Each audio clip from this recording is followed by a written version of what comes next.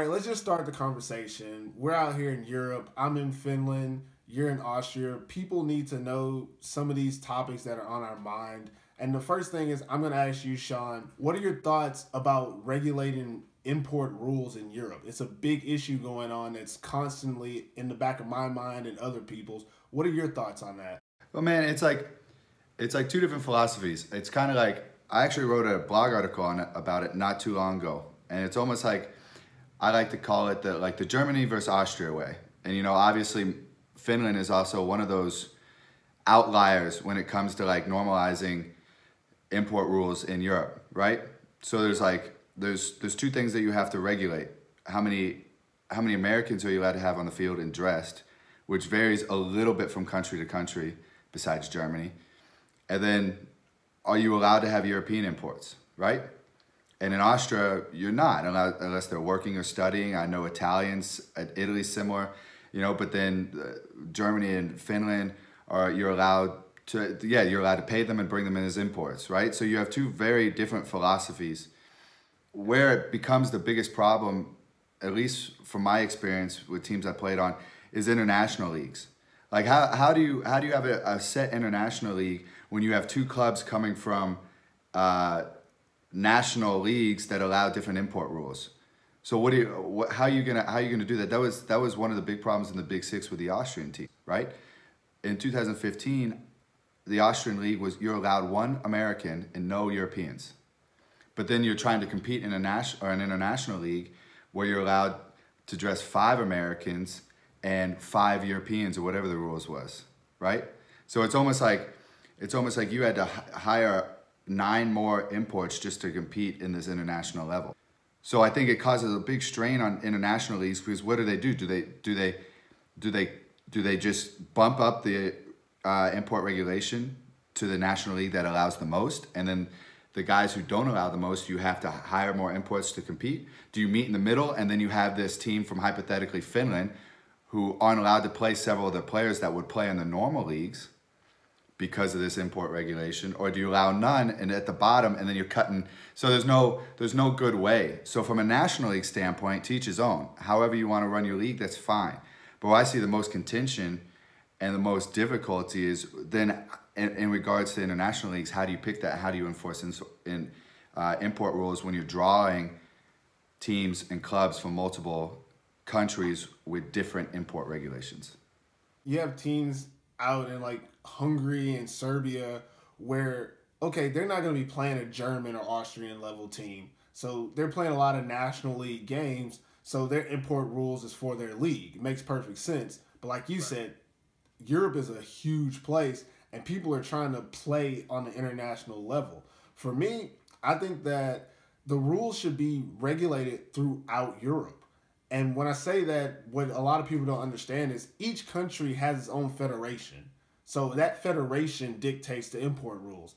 I think that's the biggest problem is that I think the international governing body of IFF, they should dictate the import rules. Because to play in these international tournaments, a lot of these tournaments have to be sanctioned by IFAF so that it can be allowed to be a tournament. If not, there's situations where a team can't play in this tournament because another team isn't an IFAF team. Right. With that being the case, IFAF should also have the power to say, if you have an import rule in your country, it needs to meet these standards. But right now, even though we, obviously with me and you being Americans and coming over to Europe, we see Europe as being kind of this entire body, but it's not. It's right. A whole bunch of individual. No, that's exactly right. And for me, the import rule is pretty weird in general. Depending on the level of football in your country, you need imports to both raise the level of play and to help your domestic players. In Germany and even in Finland, I don't think that's really what the imports are for. The imports are there just to make the team better, but not necessarily raise the domestic talent level, which is what you guys have in Austria.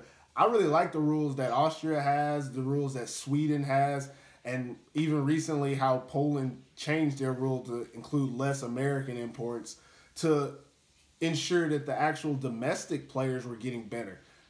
I'm not 100% sure about this, but what makes sense to me is that The reason players were imported was to grow the game, not make a team better. And right now, a lot of these teams in Europe are using imports as employees to win football games. Sure. Which means if you take those imports off the field, that team is incomplete. And at this point, in a country like Finland that's been playing American football for over 35 years, why would you need imports to make your team good? Or if you take imports off the field, why are your domestics not playing at a higher level? And the reason is the reliance on imports to make your team good. And I think that if the rules were more regulated on an international scale, you would see more parity between teams. You would see the top and bottom teams be closer than what you're seeing in individual national leagues right now. So, but you touched a lot on American imports and regulating that. Where do you stand on European imports then? Because if you're trying to improve your domestic quality with the American imports, then I think a lot of people patch weaknesses with European imports as opposed to American sometimes. Sometimes at certain positions. I stand pretty much in the same spot when it comes to European imports. There should be a rule for certain things with that too. I mean, like you have here in Finland, Europeans don't really count as imports. If you have a European passport, you're basically a local. But if you go to somewhere, I can't speak for certain countries, but I know if you go to Sweden, they're allowed a certain amount of non-domestic Europeans, depending on their college level of if they played in college in the States. Right. Like if a European played in the U.S., he counts as 2 European situation. And you have other countries, I want to say Poland, Serbia type areas where anyone who's not from that country is considered an import. This is something that should be regulated by the IFAF.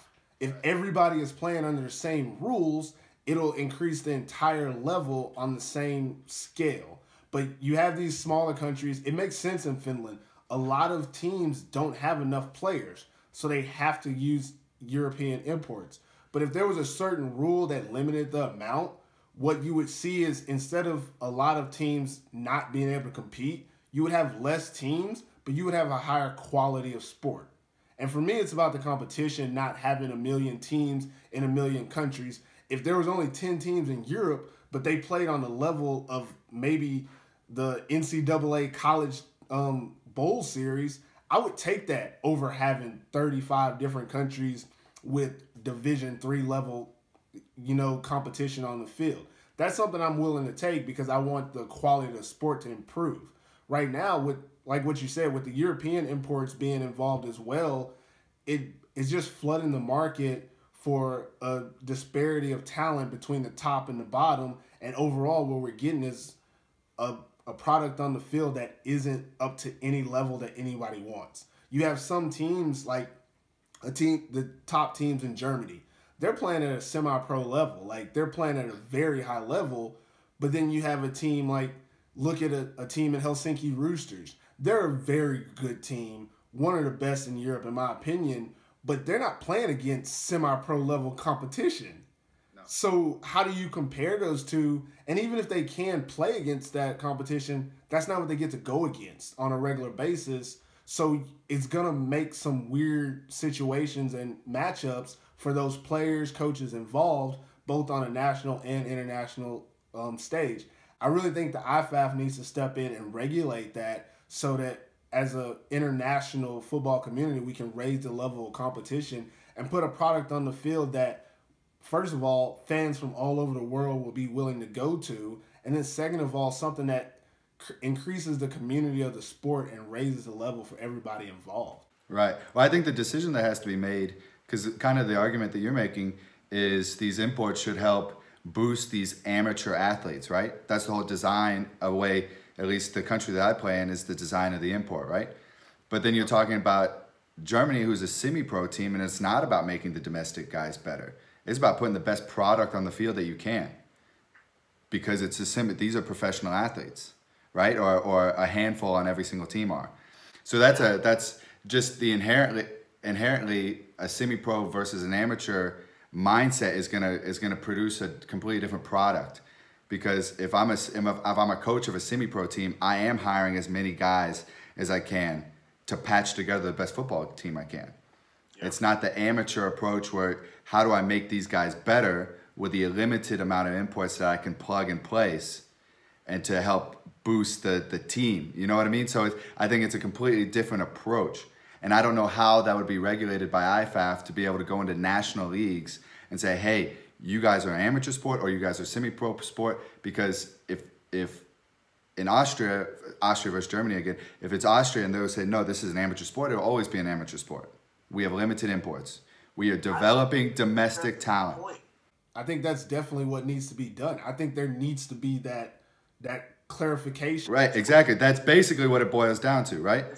Yeah. What's the approach? Are you throwing as much money at a team as humanly possible to put together the best team as possible in a semi-pro approach, the Frankfurts of the world or whoever that rotate kind of, or in Austria, do you have a limited amount of imports and you have to develop your domestic talent? Yeah. And so those are the two different approaches because we're not allowed to take a French corner if we have a weakness at corner and just plug and play them. Yeah. We have to develop national team talent, or we have to develop national talent. Where a semi-pro approach, you wouldn't have to. I think that's exactly what should happen. Is there should be a clarification. You know, everyone is in it for a different reason, and I understand that it's semi-pro some places, amateur at other places. Well, that clarification needs to be made. I mean, if you're in a league where, say you're in Austria, and they say in Austria, American football is a amateur sport. Well, then teams that play in Austria only need to be playing against teams that are playing amateur football. Which is basically what's happening right now. But then you don't have any international competition with a semi-pro league.